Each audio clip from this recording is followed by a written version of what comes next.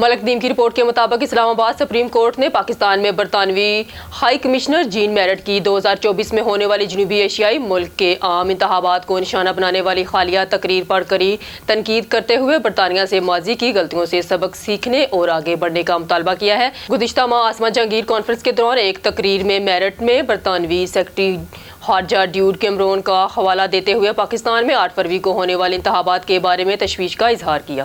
ملک ندیم کی رپورٹ کے مطابق اسلام آباد واقعات کے ایک ڈرامائی موڑ میں عدت کیس کی سماعت کرنے والے سیشن جج نے سوموار کو محفوظ شدہ فیصلے کا اعلان کیے بغیر اسے دوسری عدالت میں منتقل کرنے کی درخواست کی۔ بہت سے لوگوں کا خیال تھا کہ وہ قید وزیر اعظم عمران خان اور ان کی اہلیہ بشرا بی بی کی سزا کو کالعدم قرار دے گا۔ شکایت کنندہ ہاون منیکا کے ان پر عدم اعتماد کے اظہار کے بعد جج شاہ رخ ارجمند کیمرہ عدالت سے چلے گئے۔ شکایت کنندہ نے عدالت سے بات کرنے کے لیے 10 منٹ کی مہلت مانگنے کے بعد جذباتی بحث کی۔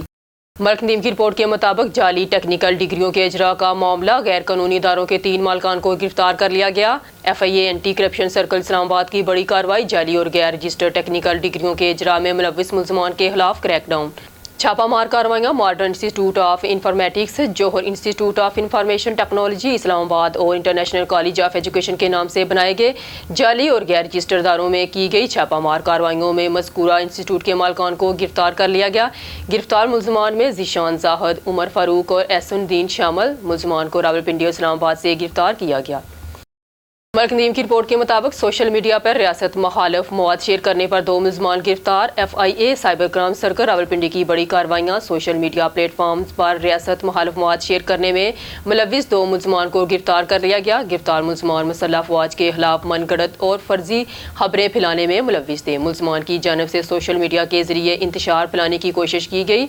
گرفتار ملزمان میں یاسر عرفات اور عرفان عباس شامل۔ ملزمان کو روات اور گجرہاں کے مختلف علاقوں سے گرفتار کیا گیا۔ نیو ٹاؤن پولیس کی کارروائیاں ملک ندیم کی رپورٹ کے مطابق ڈکیٹی کی متعدد وارداتوں میں ملوث ڈکیٹ گینگ کے 2 ملزمان گرفتار۔ ملزمان سے مختلف وارداتوں میں چھینی گئی رقم 67,50,000 روپے قیمتی موبائل فون، اسلحہ اور موٹر سائیکل برآمد کیا گیا تھا۔ SHO نیو ٹاؤن نے شہری سے دوران واردات چھینی گئی رقم 66 لاکھ روپے اور بیکری اور فارمیسی سے چھینی گئی رقم 1.5 لاکھ روپے اصل مالکان کے حوالے کر دی۔ رقم کی حوالگی کے موقع پر شہریوں نے پولیس افسران پر پھول برسائے۔ پنجاب پولیس کے حق میں نعرے، شہریوں کا بہترین کارکردگی پر CPO سید خالد حمدانی اور راولپنڈی پولیس کو خراج تحسین پیش کیا۔ ملک ندیم کی رپورٹ کے مطابق آذربائیجان کے وزیر خارجہ جیہون بیراموف 2 روزہ سرکاری دورے پر اسلام آباد پہنچ گئے۔ اسلام آباد انٹرنیشنل ایئرپورٹ پر ایڈیشنل سیکرٹری خارجہ افغانستان اور مغربی ایشیا احمد نسیم وڑائچ نے ان کا استقبال کیا اور پرتپاک استقبال کیا گیا۔ وزیر خارجہ جیہون بیراموف وزیر اعظم محمد شہباز شریف، میاں شہباز شریف سے ملاقات کریں گے اور نائب وزیر اعظم وزیر خارجہ سینیٹر محمد اسحاق ڈار سے تفصیلی بات چیت کریں گے۔